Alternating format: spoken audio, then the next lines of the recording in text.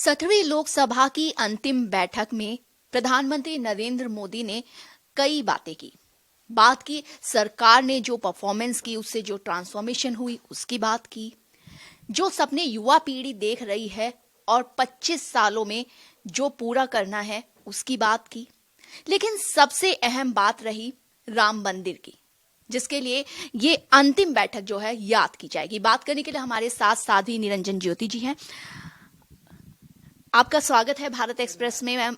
सबसे पहले तो ये प्रधानमंत्री नरेंद्र मोदी ने ये कहा खास तौर से कि जो युवा पीढ़ी है उन्हें राम मंदिर पर गर्व होगा।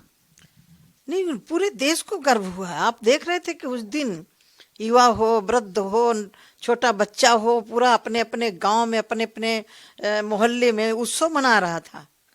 तो ये तो इससे ज्यादा बड़ा गर्व का विषय नहीं हो सकता, जिसके लिए हमारी 21-22 पीढ़ियां खप गईं आंदोलन करते करते।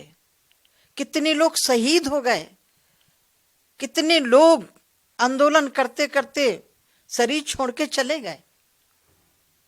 मैं आज के दिन जब मैं पार्लियामेंट में बोल रही थी तो मैं अपने उन महापुरुषों का स्मरण कर रही थी जो आज हमारे बीच में नहीं है।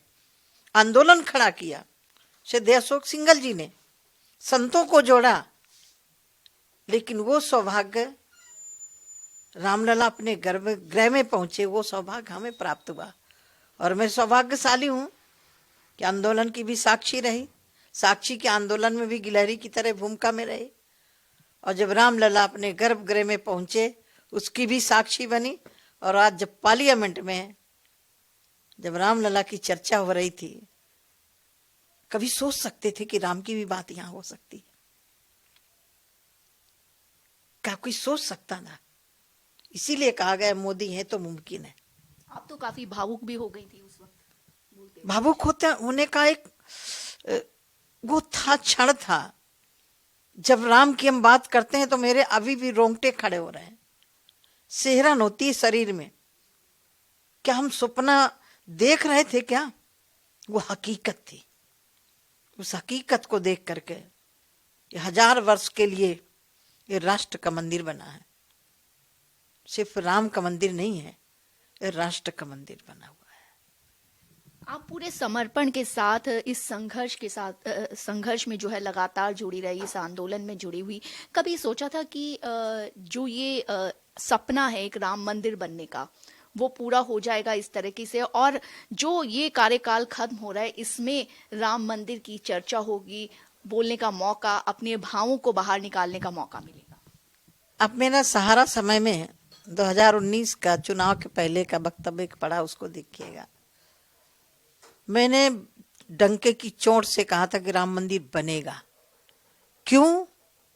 क्योंकि एक ऐसे विजनरी प्रधानमंत्री देश को मिले हैं, और राम मंदिर का गर्भगृह तैयार हो उसके पहले देश के यशस्वी प्रधानमंत्री जी ने गरीबों को पक्की छत दी है।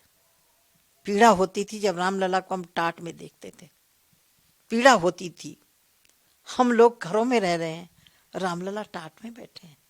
वो राम, सबरी के राम, केवट के राम, निषाद के राम, गीध के भीलों के राम। और जब लंका पर विजय प्राप्ति को कोई अयोध्यावासी नहीं था। और मैं सच्चे अर्थ में कह सकती हूँ कि राम अयोध्या से निकल करके समरसता स्थापित की थी, और उस समरसता को चरितार्थ किया देश के यशस्वी प्रधानमंत्री जी ने। निषाद के नाम से टिकट जारी किया, सबरी के नाम से टिकट जारी किया, गीधराज जटायु के नाम से टिकट जारी किया, हनुमान के नाम से टिकट जारी किया, और राम मंदिर के नाम से टिकट जारी। सब सचमुच में समरसता यदि देखें तो राम का चरित्र। और इसीलिए मैं हमेशा कहा करती हूँ, रामचरितमानस पढ़ते तो राम तुम्हें भी बनना होगा, चलो राम के पद चिन्हों पर अब इतिहास बदलना होगा। बहुत वर्ष से आज आप कांग्रेस पर भी सदन में जो है पूरी तरह से अपना गुस्सा निकालते हुए दिखाई दिए। जब ये विपक्ष के लोग सदन में और बाहर गरीबी की बात करते हैं, तब मुझे अपनी गरीबी एहसास होती है, गांव के गरीब की गरीबी एहसास होती है। कोरोना जैसी महामारी आई, देश के यशस्वी प्रधानमंत्री नहीं होते तो जितने लोग बीमारी से नहीं मरते, उससे ज्यादा भूखमरी से मर जाते। इनके समय कोई आपत्ति आती थी, दैवी आपदा आती थी, काम करवाते थे तब अनाज देते थे। माननीय प्रधानमंत्री जी ने मुफ्त में अनाज भी दिया और मनरेगा के तहत गांव में उनको काम भी दिया। ये होता है काम करने का तरीका, ये होता है गरीबों को गरीबी से बाहर निकालने का रास्ता। उनको पक्की छत, आयुष्मान कार्ड। यदि एक विश्व जमीन है तो उसको 6000 साल में पैसा भी जा रहा है। जन धन खातों का लोग कितना मजाक उड़ाते थे, कोरोना के समय वही काम आया जब हमारी सरकार ने उनके खातों में पैसा भेजा, वही काम आया। बैंक के दरवाजे बंद थे गरीब के लिए, कोई गारंटी लेने वाला आए और गरीब की कौन गारंटी लेता। इसीलिए देश के यशस्वी प्रधानमंत्री जी ने कहा कि गरीब की गारंटी मैं लेता हूं और गरीब का खाता, बैंक का दरवाजा उसके लिए खुलेगा। आपने अपनी गरीबी के दिन भी याद किए, बचपन के, जो हम सुन रहे थे कि घर को लेकर के, खास तौर से गरीब को घर को लेकर के आपने कांग्रेस के वक्त को याद किया कि किस तरीके से आपके परिवार को इस दर्द से गुजरना पड़ा। एक मेरे परिवार नहीं, बहुत सारे परिवार थे और मेरा सौभाग्य है कि मेहनत करने वाली, मजदूरी करने वाली बाप की बेटी को गरीबों को आवास देने का अवसर दिया देश के यशस्वी प्रधानमंत्री जी ने।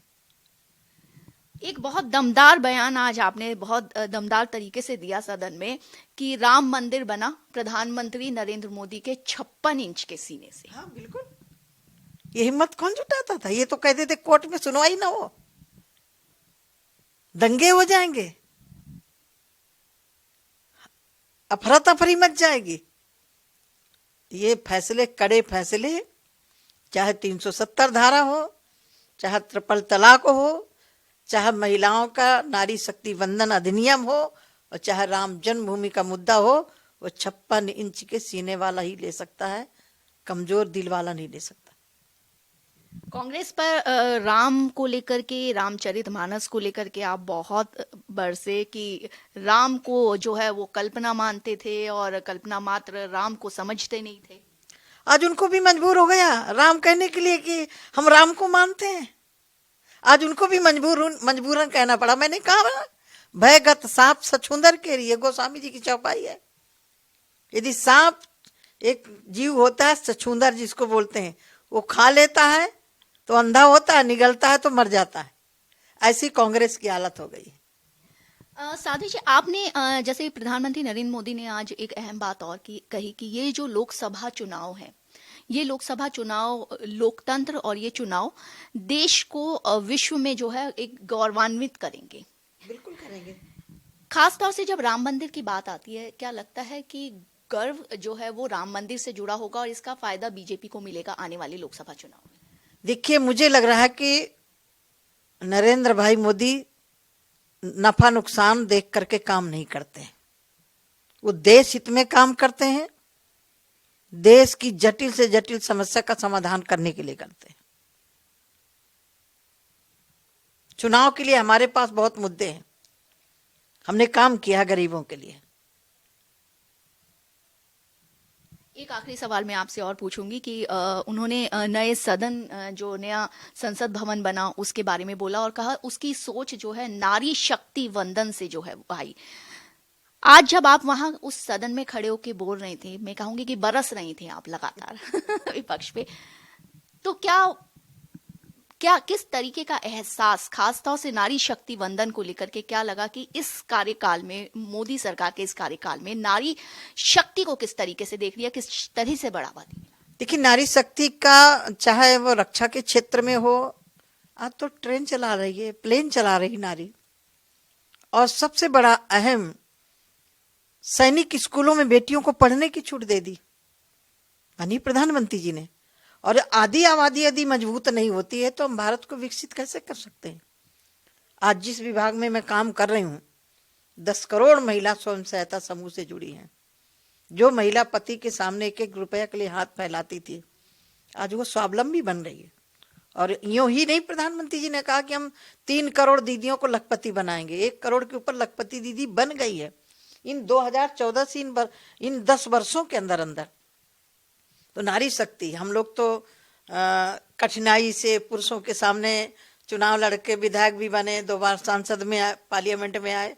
अब जो हम इतिहास के साक्षी होंगे कि जब महिलाओं को राजनीतिक भागीदारी दी गई थी पार्लियामेंट में, विधानसभा में, उसके हम लोग साक्षी भी थे और बटन भी दबाई थी महिलाओं के अधिकार के लिए। इसके लिए महिलाओं की तरफ से देश के यशस्वी प्रधानमंत्री जी का मैं बार बार अभिनंदन करती हूँ, बार बार नमन करती हूँ। भारत एक्सप्रेस से इस बेबाक बातचीत के लिए बहुत बहुत शुक्रिया। धन्यवाद। भारत एक्सप्रेस के लिए कैमरामैन दिलीप के साथ कोमल शर्मा।